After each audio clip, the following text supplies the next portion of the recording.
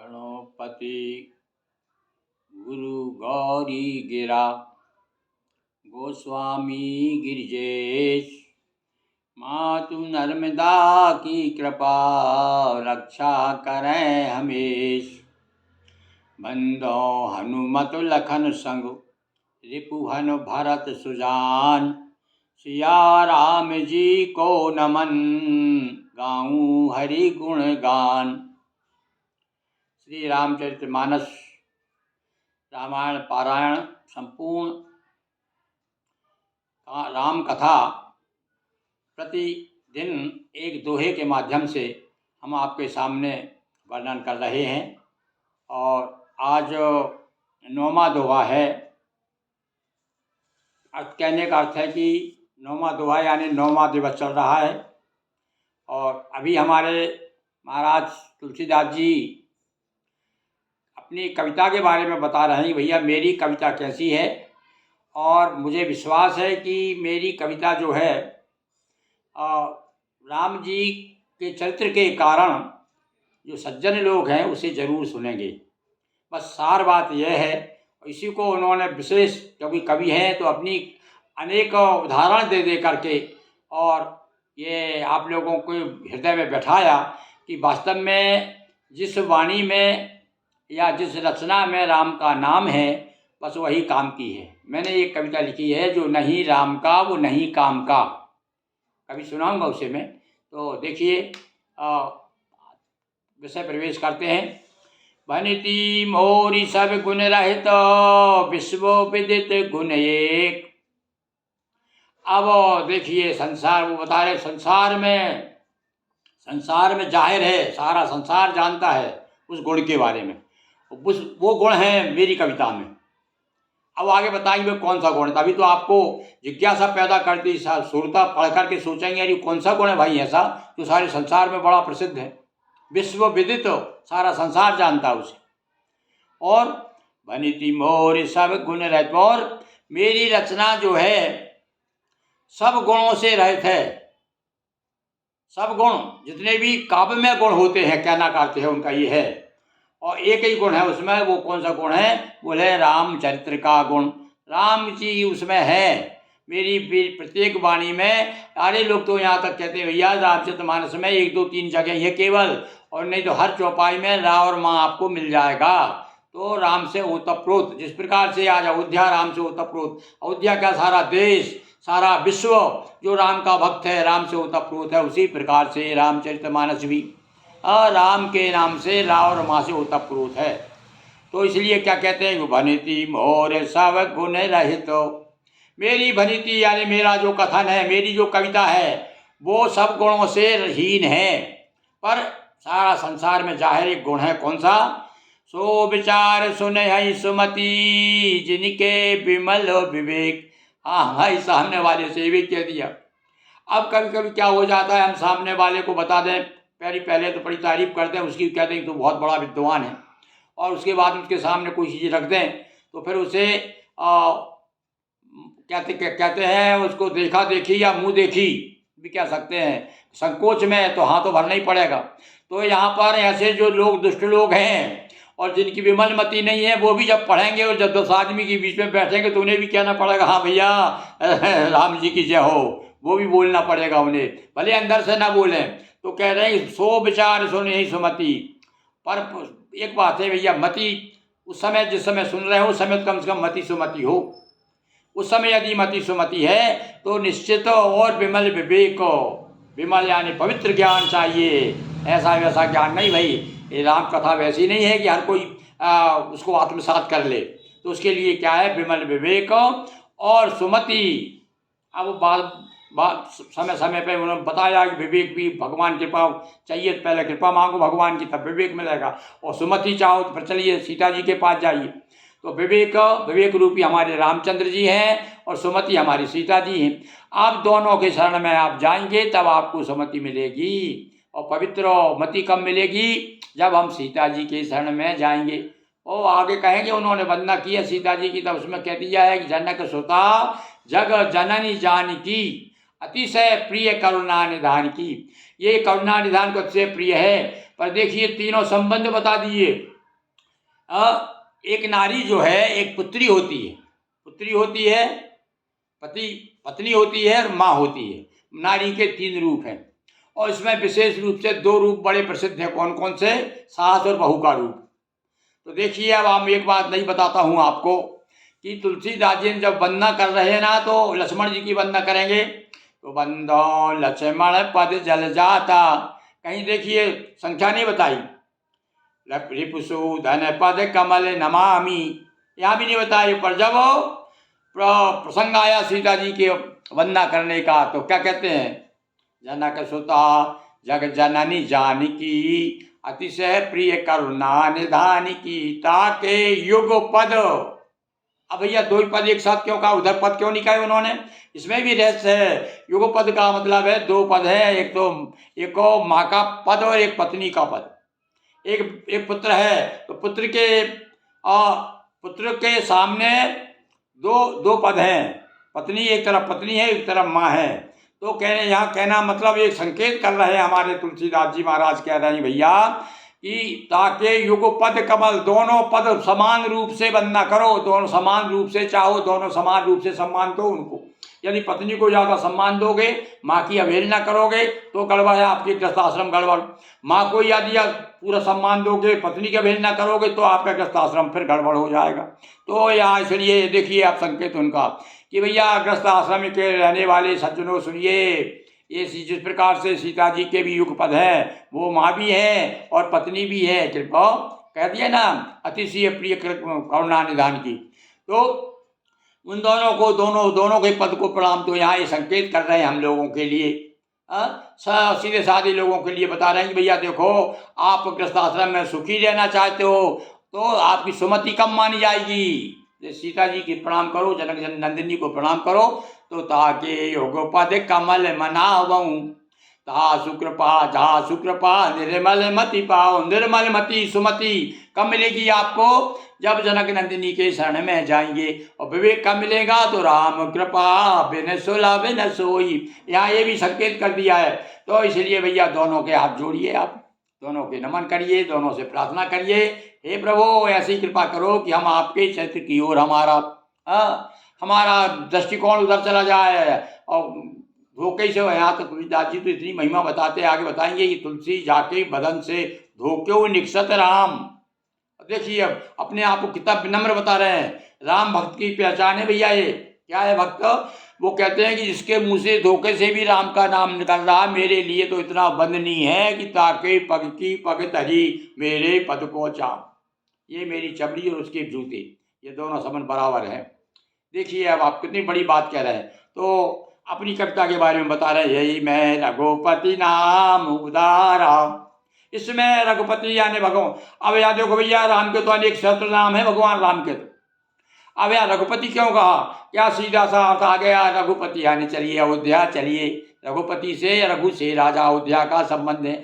इसका मतलब है आप जिस वंश में जन्म लिया है अयोध्या में, आप जिस राम ने अयोध्या में जन्म लिया है उस राम की कथा कह रहा हूँ मैं, जो रघु के वंश में पैदा हुए अयोध्या में। अब रघुपति का यहाँ पर कहने का ये तात्पर्य है। वो और भी दूसरा नाम ले सकते थे, तो कवि है, उनके लिए कौन सा कठिन है। पर रघुपति विशेष रूप से, क्योंकि आपको संकेत कर दिया कि वो राम नहीं, कबीर वाला राम नहीं भैया। ये कौन से राम है? बोले राम अयोध्या के राम हैं, राजा राम हैं।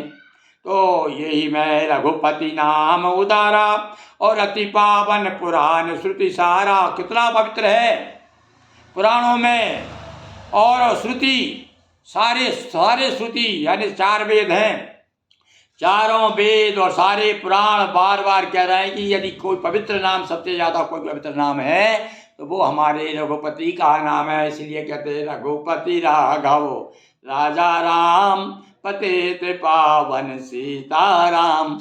और घर घर मैं समझ रहा हूँ कि ये 2 पंक्ति हर भारतीय को स्मरण है, सबको याद है। बताइए यदि किसी को, मैं जितने सुनने वाले हैं, जिसको ये पंक्ति किसको नहीं मालूम बता दीजिए आप। तो ऐसा रघुपति तो हमारे घर घर में, और अब तो रामलला तो घर घर में क्या हमारे अंदर भी बैठ रहे हैं, हृदय में भी आ रहे हैं। 24 घंटे जय श्री राम की आवाज़ गूंज रही है। तो मंगल भवन अमंगलहारी और उमा सहित जय जपत पुरारी। और ऐसे वैसे राम नहीं बोले, मेरे कौन से राम है, बोले वो राम है जिन्हें कैलाश में बैठ करके भगवान शिव और पार्वती के बारे में बताते। पार्वती जी तो सहस्त्र नाम का जाप किया करती थी। एक बार भगवान शिव जी को कहीं जाना था तो बोले पार्वती तैयार हो गई भाई, तैयार हो जाओ भाई, महिलाएं बहुत देर लगाती भाई, आने जाने में बहुत समय लगाता है। एक कवि ने देखो कितना बड़ा अच्छा वर्णन किया है कि बोले रेल के कहीं जाना था कवि को, तो उन्होंने कहा कि भैया करके 16 श्रृंगार हद कर दी। वो एक कविता है, मैं कभी सुनाऊंगा आपको, बड़ी सुंदर कविता है। उसमें कहा है कि कहीं जाने की तैयारी हो रही थी और उधर वो 16 श्रृंगार कर रही थी, तो एक घंटे में, हाँ बस के आने में 4 घंटे थे। ये कहा उन्होंने कि बस के आने में 4 घंटे थे और उन्होंने करके 16 श्रृंगार हद कर दी। तो महिलाएं देर लगाती हैं। शंकर जी कह रहे हैं कि हाँ भाई उमा क्या हुआ भाई, तैयार हो गई? अरे बोले महाराज रुक जाइए, मैं थोड़ा सा सहस्त्र नाम का पाठ कर लेती हूँ। तो भगवान ने देखिए राम की महिमा बता दी है। राम रामेति रमे रामे मनोरमे सहस्त्र नाम ततुल्यम राम नाम वरानने। हे सुंदर मुख वाली पार्वती, हे सुनैना, ये जो भगवान राम का नाम है सहस्त्र नाम के बराबर एक ही नाम है। तो ऐसा पावन नाम का चरित्र जो है, ऐसे नाम का गुणगान करने के लिए तुलसीदास जी उद्यत हो रहे हैं। बनति विचित्र सुख विकृत जो राम नाम बिन सोए न सो। बड़ी विचित्र कविता लिखी आपने और बड़ा सा महाकाव्य लिख दिया, पर इधर इसका ऐसी मानता भैया हमारे महात्मा तुलसीदास जी तो कहते हैं जिसमें राम का नाम नहीं वो हमारे काम का नहीं। कितनी सुंदर हो भनिति विचित्र, बड़ी विचित्र हो, सुकवि हो, किंतु राम नाम के बिना वो शोभायमान नहीं है। विबुध विधुवदनी सब भांति सवारी और सोए न बसन बिना बर नारी। सुंदर नारी बिना बसन के, बिना वस्त्र के, और विधुवदनी भले चाहे चंद्रमा की तरह मुंह हो उसका है, किंतु सब भांत से समाज पूरी तरह समझ ला और कपड़े न पहने, केवल अच्छे गहने येने सब लटा ले, सब कुछ कर ले, मुंह पोत ले, सब पूरा कर ले, पर बिना वस्त्र के शोभायमान नहीं होती। उसी प्रकार से कविता जो है, कविता की शोभा कैसे है, बोले राम के नाम से। ऐसा भैया हमारे महाकवि भक्त हृदय क्या भक्ति है, महाभक्त और महाकवि हमारे गोस्वामी जी कह रहे हैं कि सब गुण रहित कुका विकृति बानी, सब गुण रहित कुका विकृति बानी।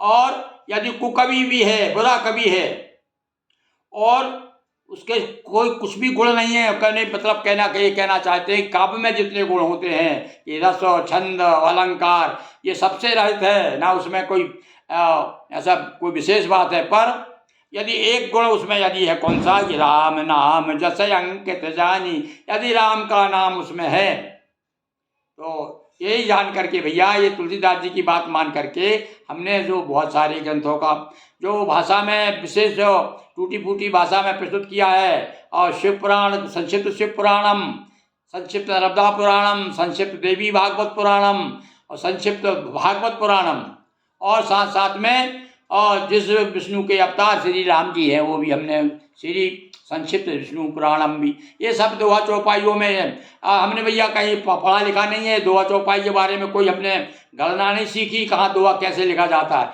ये हमारे गोस्वामी जी, हमारे गुरु गोस्वामी जो तुलसीदास जी महाराज है, इनकी कृपा से ही हमने सब कुछ किया है। और बहुत लोग बड़े बड़े विद्वान लोगों से पसंद कर रहे हैं। लिखा है तुलसीदास जी ने खूब लिखा कि भैया यदि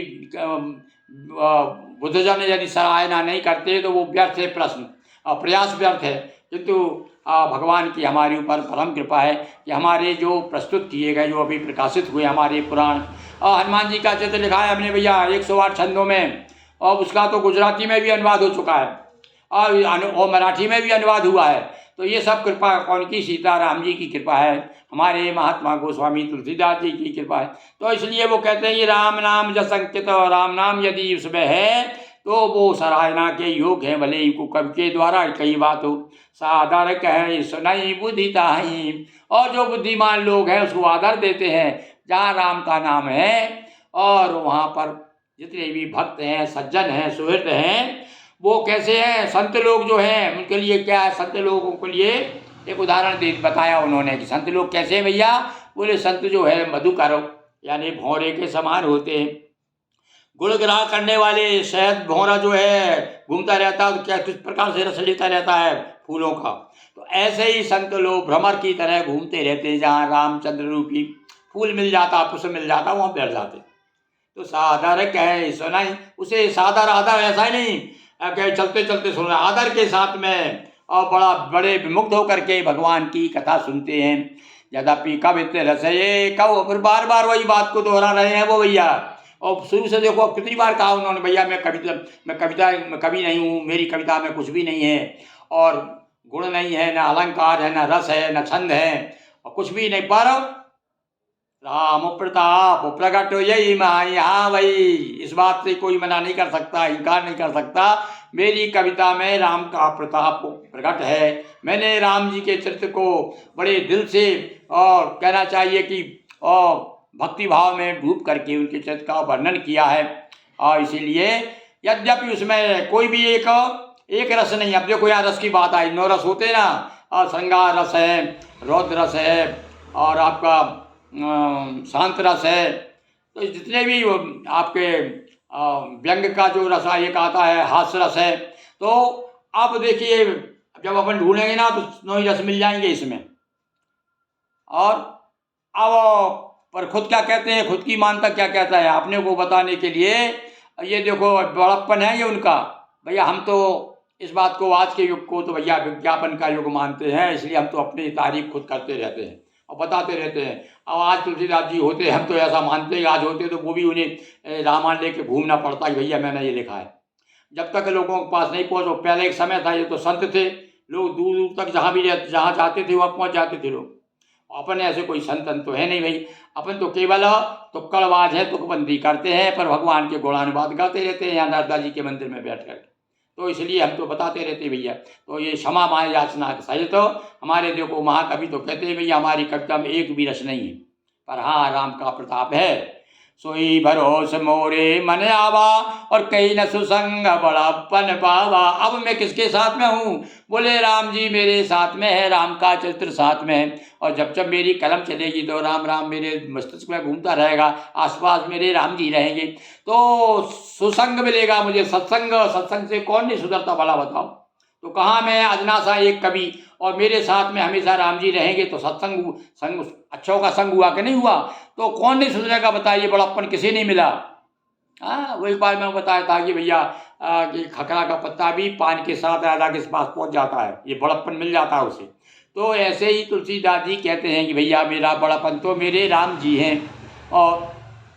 और धूमई तजय आओ, अभी तो कभी भी है भाई साथ में, तो एक से एक उदाहरण दे रहे हैं साथ साथ में। तो देखो अब आप धुआं यदि अगरबत्ती के साथ में अगर तगर जो चीज़ है उसके साथ मिल जाता है तो सुगंधित वो भी पूज हो जाता है धुआं भी, और सब ले बैठते उस धुआं लेने के लिए। और नहीं जो लकड़ियाँ जलती है भगोर भगोर धुआं आ रहा, धुआं भगोर भगो क्या गलत न जाने कैसा कैसा धुआं आ रहा है। और पर वही धुआं अगरबत्ती का आता है, अगर के साथ में धुआं भी जा कर के जो है सुगंधित हो जाता है, सुगंध मिल जाती है उसे। भनिति भदेश वस्तु भली बरनी, और भनिति भदेश यानी भदेश यानी गंवारी भाषा कह सकते हैं, अपने गांव की भाषा कह सकते हैं। भली मेरा भदेश है, मतलब भद्दी है, सीधी सी आपसे है कि भद्दी मेरी भनिति भद्दी है, यानी अपनी भाषा है भाई ये, यानी मेरा कथन अच्छा नहीं है और मेरी भाषा अच्छी नहीं है, फिर भी राम कथा जगमंगल वर्णी करनी, किंतु मंगल करने वाली क्या है, मैं जिस कथा को मेरे शब्दों के साथ मेरी कविता के माध्यम से मैं जो कुछ कहने जा रहा हूँ वो मंगल करने वाली है, मंगल ही मंगल हो जाएगा। उनका नाम ही मंगल कर रहे हैं, मंगल भवन कह दिए ना आगे, मंगल भवन है। आप वहाँ पहुँचिए तो घर में प्रवेश तो करिए, मंगल ही मंगल हो जाएगा। तो भैया आगे फिर क्या कहते हैं सुनिए। मंगल करन कलिमल हरन तुलसी कथा रघुनाथ की। फिर देखो रघुनाथ आ गया, रघुपति कहाँ पे, रघुपति का नाम और बता दिया उन्होंने। ये रघुनाथ की कथा है, पर ये कैसी है? मंगल कर कली मल हरण, कली के मल को हरण करने वाली, कलयुग का जो भी मैल है, कलयुग के ये भी दोष हैं, जितनी बुराई है कलयुग की, वो सब दूर हो जाती है। इसलिए तो भैया जो राम के रंग में रंगे हैं, वो तो ये कहते हैं कलयुग समयुग आने नहीं, ये इसके जैसा अच्छा युग कोई नहीं है। पर कब है अच्छा युग? जब हमारे आसपास राम जी हो, हमारे हृदय में हो, हमारे वाणी में हो, हमारे वचन में हो, हमारे कर्म में भी हो। कर्म में कैसे हो कि जैसे जैसे उन्होंने मर्यादा बांध गए हैं, मर्यादा पुरुषोत्तम है, उसके अनुसार यदि हम चलते हैं तो फिर ये कलयुग समयुग आन नहीं। तो इसलिए भैया भगवान का भजन कहा गया। भैया जितने भी साधन है ना, देखो विद्वानों ने, तुलसीदास जी ने भी एक जगह कहा है कि राम नाम एक अंक है, सब साधन है शून्य। राम जी का नाम तो क्या है? एक अंक है। और जितने भी साधन है, पूजा पाठ जो भी हम करते हैं, जो भी प्रवचन स्मरण, सब जो भी कुछ कर रहे हैं, साधन जितने भी हैं, वे सब शून्य हैं। अब शून्य कैसे है? अब 1 2 3 4 शून्य लगा दो और उसके सामने, उसके आगे एक मत लगाओ आप, तो कोई गिनती नहीं उसकी, तो ये 10 गुने हो जाते हैं। हमारे ये भजन पूजन सब जो है, जब राम का नाम आ जाता है तो ये सब मुझे 10 गुना फल मिलता है। हमारी पूजा में भी कोई गलती हो जाती, पर यदि वहाँ हम कीर्तन नहीं करते, भजन नहीं करते, श्लोक नहीं बोलते, मंत्र नहीं बोलते, तो क्या होगा? वो सब शून्य है फिर। क्यों? क्योंकि ये जब पूजा पाठ जो कर्मकांड जो है इतना कठिन है कि कुछ ना कुछ त्रुटि उसमें रह ही जाती है, पर त्रुटि का मार्जन उसकी दूर कौन करता है? उन शून्य में जो है, शून्य को 10 बनाने का काम कौन करता है? बोले राम नाम का अंक है, एक अंक जब आ जाता है और उसके बाजू में जब आ जाता है तो वे शून्य भी 10 हो जाते हैं। तो ऐसा कली मल हरण, कली के मल को हरण करने वाली गतिकूर कविता सरित की, जो सरित पावन पातु की। और मेरी तो भैया क्रूर कविता है, को यानी टेढ़ी कविता है। और ये टेढ़ी कविता कैसी है? गंगा जी की तरह है। प्रभु सुजस संगति भनति भल, और भगवान के चरित्र रूप का साथ मिल जाने के कारण ये भनिति भल हुई है, यानी भली हो जाएगी, अच्छी हो जाएगी, सबको पसंद आएगी, सुजन मन भावनी है, सबको मन को भाने लगेगी। और अब फिर एक उदाहरण फिर याद आ गया उनको, देखो फिर पहुंच गए कैलाश। अभी गंगा जी की चर्चा कर रहे थे, और भैया गंगा जी के चर्चा के साथ साथ तो ऐसा हो ही नहीं सकता गंगा जी चर्चा करें शिव जी की याद ना आए, क्यों? ऊपर तो गंगा जी विराजमान है। तो देखिए क्या कहते हैं, इस प्रकार से मसान की भभूत जो है, भगवान शिव जब अंग पे लगाते हैं तो वो भभूत जो है पवित्र हो जाती है, उसके स्मरण करने से मन पवित्र हो जाता है। तो विभूति की बड़ी महिमा बताई गई है। तो यह भगवान शिव को भी इस बहाने स्मरण कर रहे हैं हमारे गोस्वामी जी। रघुनाथ जी के साथ साथ गंगा जी को स्मरण किया, सबसे पहले बताया कि हमारी कविता क्रूर कविता, टेढ़ी कविता है, पर गंगा जी की तरह बह और गंगा जी जैसी हो जाएगी रामचंद्र जी का जस समय मिलेगा तो। अप्रिय लागई अति सबई मम, भनति राम जस संग, और दारू विचार की करे को वंदे मलय प्रसंग। फिर एक उदाहरण पे उदाहरण दे रहा है, समझाने के लिए, हमारे हृदय में बैठाने के लिए कि मैं जो राम कथा कह रहा हूँ भैया वो ऐसी वैसी राम कथा नहीं है। अरे भैया लकड़ी जो होता है वो मलय के प्रसंग में, यानी मलय पर्वत पर जो लकड़ी होती है उसे चंदन कहते हैं। तो कोई देखता है, कोई चंदन को लकड़ी मानता है क्या? पर वो मलय के यानी मलयाचल में पैदा हुआ है, इसलिए वो चंदन हो गया, सिरों पे धारण हो जाता, सिर पे धारण किया जाता है। तो इसी प्रकार से मेरी रचना भी लोगों को बहुत बहुत पसंद आएगी और सुनेंगे उसे। भनति राम जस संग, क्योंकि रामचंद्र संग में संग लगा हुआ ना मेरी कविता के साथ, ये बहुत बड़ी बात है भाई। कविता के साथ में क्या जोड़ दिया? तुलसीदास जी कहते हैं इसके संग में राम जी चल रहे हैं भाई, राम का यश चल रहा है, राम का चरित्र चल रहा है, इसलिए मेरी कविता श्याम। और फिर एक उदाहरण फिर आ गया भाई, देखो अब चले कामधेनु की तरफ चलें। गाय की क्या? तो गो का भी हमारे भारतीय संस्कृति में बड़ा महत्व है। गोदिज संत, गोदिज धैनु संत हितकारी, कृपा सिंधु मानुष तनधारी। और गाय के लिए तो भगवान जन्म लेते हैं, पर देखो कैसा उदाहरण देकर, देखने में गाय एक काली गाय है, पर काली गाय का दूध क्या उसका काला रंग देखेंगे क्या दूध देखेंगे, गुण देखेंगे? तो यहाँ ये देखना चाहिए भाई। तो इसलिए भैया मैंने एक जगह लिखा है कि स्वाद ना देखो गुण देखो, स्वाद है। गुण देखो उसके, काय के तिल के लड्डू की बात कही मैंने, तिल के लड्डू है मेरी मेरी मेरी मेरी कविता क्या है, तिल के लड्डू हैं, स्वाद ना देखो गुण देखो है। स्वाद भले अच्छा ना लगो तिल का, पर उनके गुण देखो कितने गुणवान होता है। इसी प्रकार से यहाँ कहते हैं तुलसीदास जी, श्याम सुरभि पे बिशद, और काली गाय का दूध अति गुणकारी होता है, इसलिए उसे सब पान करते हैं, कोई उसका तिरस्कार नहीं करता। अरे ये नहीं करता यार, कहाँ के लिए आया तुमने काली गाय का लिया है, तो गिरा ग्राम सिय राम जस गावई सुनई सुजान। अब देखिए मैंने काला कोट पहना है, तो अब ये काले कोट के कारण क्या मेरी आपको राम कथा नहीं सुनेंगे क्या? मैं जो आप सामने चौपाई सुना रहा हूँ, गुणगान कर रहा हूँ राम जी का, नहीं सुनेंगे क्या? तो यही बात वो कह रहे हैं कि नहीं भाई ये ऊपरी बात है, इसको ये जो अंतर देखना चाहिए, तो साथ चीज गुण देखना चाहिए कि भाई कहाँ क्या जा रहा है, और हम काला कोट पहन के आपके सामने क्या प्रस्तुत कर रहे हैं, वो कीमती है, हमारा काला कोट नहीं है। इसी प्रकार से तुलसीदास जी कहते हैं कि काली गाय का काला रंग महत्वपूर्ण नहीं है, उसका जो दूध निकलता है वो है महत्वपूर्ण, वो देखिए। गिरा ग्राम सियरा, और आगे फिर अपनी बात पे उदाहरण दे दिया, फिर कह दिया भैया मेरी कविता में गिरा ग्राम में, गांव की भाषा में। अरे लोगों ने, आलोचकों ने तो कह दिया एक जगह कि तुलसीदास जी की रामायण में भैया बहुत दोष है। बोले कभी ऐसे तुमको दोष दिखाई दे रहे हैं कि हाँ, बोले कौन से दोष है? बोले इसमें ग्राम ग्राम में दोष है। कैसा भैया, क्या उदाहरण दो? तो बोलते देखो क्या इतने बड़े विद्वान और साधारण क्या क्या कहते हैं, जिन्हें भी थे न भी रही सब भाई, थकते हो ये सब लोग लुगाई। अरे लोग लुगाई शब्द जो है बड़ा गंवारी भाषा का शब्द है, गांव का भाषा का शब्द है, तो ये ग्राम में दोष कह दिया उनको। तो भैया कहने वाले तो कुछ भी कहेंगे, तो वो क्या अब तुम क्या कहोगे? उनने पहले कह दिया भैया कि मेरी रचना में तो ग्राम दोष है। गिरा ग्राम सिय राम जसो, आप दोनों तुलना कर लीजिए, है इधर काली गाय है और इधर दूध है। उधर बता दिया भगवान शिव की, इधर तो भभूत है, पर जब वो लग जाती है शिव जी के अंग में तब वो कैसी हो जाती है।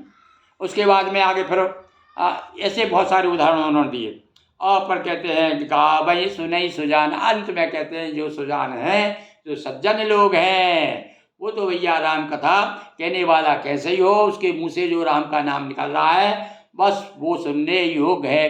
तो इसलिए भैया ये पढ़ने के बाद हमें भी विश्वास हो रहा है कि हम जो कुछ कह रहे हैं तो निश्चित रूप से आप लोग उसे सुनेंगे, और साथ में हमारे साथ साथ आप भी बोलेंगे। बोलिए सियावर रामचंद्र की जय। अयोध्या राम लला की जय। नर्मदा मैया जी की जय। नर्मदा जी को फिर स्मरण कर लेते हैं। देखो पहली बार उस श्लोक में शुरू में सुनाना था, पर चूँकि अब मैं मैया जी के बाजू में उनके साथ में हूँ तो इसलिए वो मुझे क्षमा कर देंगी। शुरू में ही बोलना था मुझे। सुनिए। नर्मदापुरम सुविख्यातम रेवाया दक्षिणे तटे सेवाश्रमेषु राजता देवी नर्मदायै नमो नमः। बोलिए नर्मदा महारानी की जय। हर हर महादेव शंभो।